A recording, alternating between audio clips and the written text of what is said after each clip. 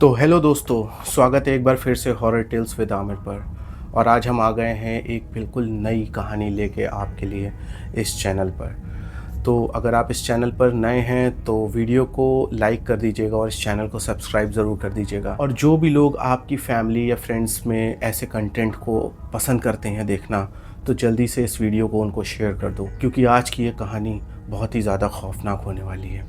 तो चलिए अब कहानी शुरू करते हैं। आज हम बात करने जा रहे हैं एक रियल एक्सॉर्सिज्म फुटेज के बारे में। हाल ही में ये फुटेज इंटरनेट पे बहुत ज़्यादा वायरल हो रहा है और इस फुटेज के अंदर हमको एक एक्सॉर्सिज्म का वो सीन दिखता है जो शायद आज तक हमने पहले कभी भी नहीं देखा होगा। बहुत ही ज़्यादा डरावना। तो ये फुटेज मैं आपके सामने चला रहा हूँ। छोटा सा फुटेज है, पहले आप इसको देखिए। उसके बाद इसके बारे में जो भी थोड़ी बहुत नॉलेज या इन्फॉर्मेशन मैं इकट्ठा कर पाया हूँ मैं आपको बताऊँगा। और इसमें मैं नाम को और सारी चीज़ों को चेंज करके ही बताऊँगा कि ये फुटेज 1980s के वक्त की है और आज तक इसको छुपा कर ही रखा गया था। स्पेशली चर्च के ही द्वारा इसको छुपाया गया था, लेकिन कहीं ना कहीं से कोई डार्क वेब या किसी और सोर्स से ये फुटेज लीक हुई और अब आज के वक्त में इंटरनेट पे सब इसको देख पा रहे हैं। तो चलिए पहले वो फुटेज देखिए, फिर मैं आपको स्टोरी सुनाता हूँ।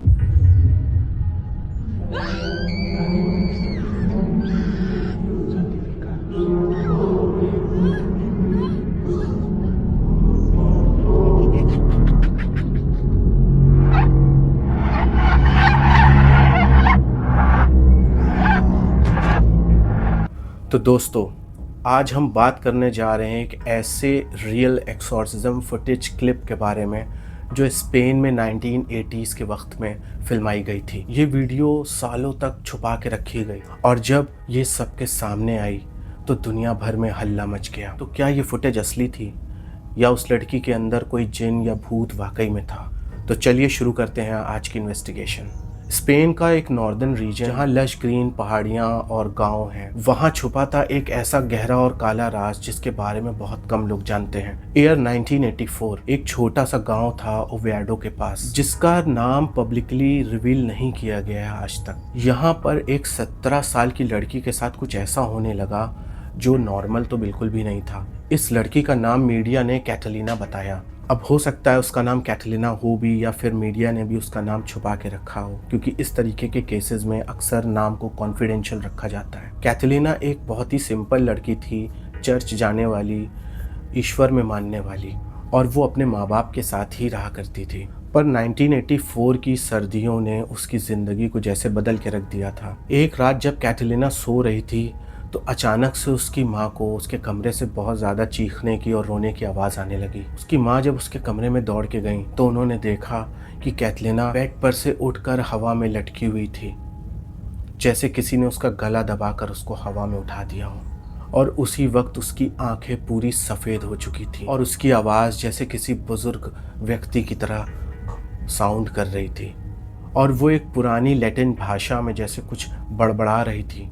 फैमिली ने उसे सबसे पहले डॉक्टर को दिखाया। सारी रिपोर्ट्स, सारे टेस्ट सब नॉर्मल आए, पर उसके सिम्टम्स दिन पे दिन बिगड़ते चले जा रहे थे। जैसे खुद ब खुद उसको चोट लग जाती थी, उसको पता भी नहीं चलता था। उसके बॉडी पे अलग अलग से अजीब अजीब से चोट के निशान पड़ जाते थे और जैसे कभी कोई कुछ बोलता तो वो उस बात को रिपीट कर देती थी बिना मुंह हिलाए। उसके मुंह के अंदर से आवाज़ आती थी पर उसके होंठ नहीं चलते थे। इस तरीके की बहुत ही भयानक तरीके के सिम्टम्स और कुछ एक्टिविटीज़ जो उसके साथ उस वक्त पे हो रही थी बहुत ज़्यादा तेज़ी से। कभी कभी वो दूर रखे हुए ऑब्जेक्ट्स को भी हिला देती थी सिर्फ इशारा करके, और कभी उसकी आवाज़ किसी मर्द की तरह हो जाती थी और कभी किसी छोटे बच्चे की तरह। जब मेडिकल लाइन से उस लड़की की फैमिली को कोई भी हेल्प नहीं मिली तो उन्होंने चर्च जाने का फैसला लिया और चर्च की मदद मांगी। फादर एंटोनियो नाम के एक प्रीस्ट को बुलाया गया वहाँ पे, जिन्होंने वेटिकन में अपनी ट्रेनिंग ली थी और उनका ये मानना था कि ये classic case of demonic possession है। कैटलीना का एक्सॉर्सिज्म लगभग 6 बार किया गया, पर सबसे शॉकिंग बात यह थी कि इन 6 एक्सॉर्सिज्म में से एक एक्सॉर्सिज्म ऐसा था जिसकी सीक्रेट वीडियो रिकॉर्डिंग भी की गई थी। वही रिकॉर्डिंग जो आपको मैंने इस वीडियो की शुरुआत में दिखाई थी। अब सोर्सेज से आई हुई ये जो वीडियो है ये बहुत ज़्यादा क्लियर और इसकी ऑडियो बहुत ज़्यादा क्रिस्प नहीं है, पर उस वक्त जो हुआ था, जब डीप रिसर्च की गई तो पता चला कि कैटलिना उस वक्त ग्रीक, अरेमिक और ओल्ड स्पेनिश बोल रही थी और उसने एक प्रीस्ट की माँ का नाम बताया था जो किसी को भी नहीं पता था उस प्रीस्ट के अलावा।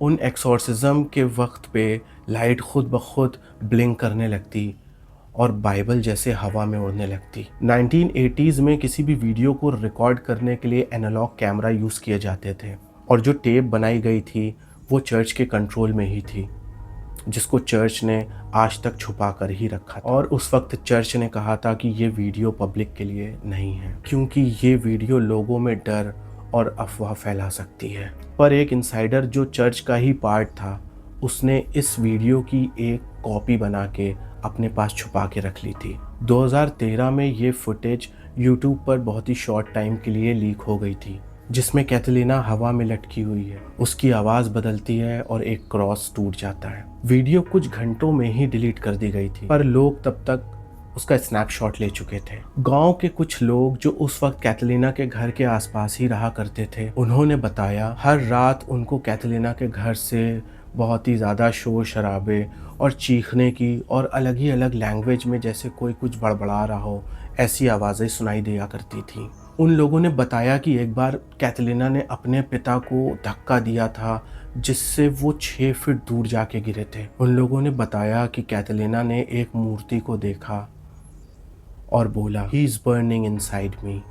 एक नेबर ने यह भी बताया कि कैटलिना की आंखों में देखने पर लगता था कि जैसे वो एक लड़की हो ही ना। फुटेज के एक्सपर्ट्स ने बताया कि ये फुटेज ऑथेंटिक लगती है, जिसमें किसी भी तरीके की कोई एडिटिंग नहीं है। पर कुछ स्केप्टिक्स का कहना था कि ये मेंटल इलनेस का भी केस हो सकता है, जिसे डिसोसिएटिव आइडेंटिटी डिसऑर्डर बोलते हैं। पर सवाल ये था कि इस डिसऑर्डर वाले लोग जिनको इस तरीके के डिसऑर्डर्स हो जाते हैं, वो लैटिन, अरेमिक या फिर एक्सटेंट भाषाएं कैसे बोल सकते हैं? घर के ऑब्जेक्ट्स को बिना हाथ लगाए कैसे हिला सकते हैं? चर्च ने कभी भी इस स्टेप को ऑफिशियली एक्सेप्ट या डिनाई नहीं किया, बल्कि वेटिकन ने बस इतना ही कहा, we do not comment on regional exorcisms. 1986 तक ये 6 के 6 एक्सोर्सिज्म कंप्लीट हो गए। कैटलिना अब नॉर्मल थी। कैटलिना रिपोर्टेडली एकदम नॉर्मल हो गई थी, पर वो गांव वो छोड़ के चली गई थी। कहा जाता है कि वो एक रिलीजियस कॉन्वेंट में रहने लगी थी सबसे छुपकर। वो किसी से भी बात करना पसंद नहीं करती थी और अपने आप को पब्लिक लाइफ से बिल्कुल दूर कर लिया था।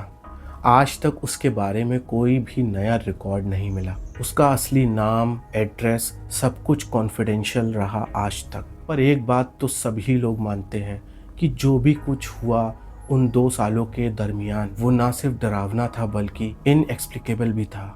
वो ओरिजिनल फुटेज जो पूरी कंप्लीट फुटेज है वो चर्च के आर्चीव में लॉक है, पर डीप वेब पे आज के वक्त में एक छोटी सी फुटेज जो कि मैंने आपको दिखाई और इसके साथ साथ कुछ स्नैपशॉट्स और ऑडियो क्लिप आज भी सर्कुलेट करती हैं। उस वक्त पे कुछ लोगों का मानना था कि इन वीडियोस को या इन क्लिप्स को आज तक चर्च ने इसलिए भी रिलीज़ नहीं किया क्योंकि जो भी उस वीडियो में दिखाया गया है, जैसे कि एक पादरी वहाँ पे बेहोश होकर गिर गए, तो ये चर्च के लिए एम्बैरेसमेंट का एक कारण बन सकता था। या जो भी लोग इस वीडियो में दिख रहे हैं उनकी प्राइवेसी को प्रोटेक्ट करने के लिए, या फिर इससे लोगों के अंदर सुपरनैचुरल शक्ति को रिवील हो जाने का भी खतरा मंडरा रहा था। तो दोस्तों, ये कहानी थी एक रियल एक्सोर्सिज्म फुटेज के बारे में, जो कि स्पेन के एक छोटे से गांव में एक वक्त पे घट चुकी है। क्या ये सच था या फिर एक साइकोलॉजिकल इल्यूजन? आपका क्या मानना है? ये पोजेशन रियल था या स्क्रिप्टेड? कमेंट बॉक्स में ज़रूर बताइएगा। और अगर आप ऐसे ही हॉन्टेड इन्वेस्टिगेशंस या डॉक्यूमेंट्री या रियल हॉरर स्टोरीज़ सुनना चाहते हैं तो इस चैनल को सब्सक्राइब कर दीजिए, वीडियो को लाइक कर दीजिए और शेयर ज़रूर कर दीजिएगा। मैं हूँ आमिर, मिलते हैं आपसे नेक्स्ट एपिसोड में। जब तक के लिए बाय।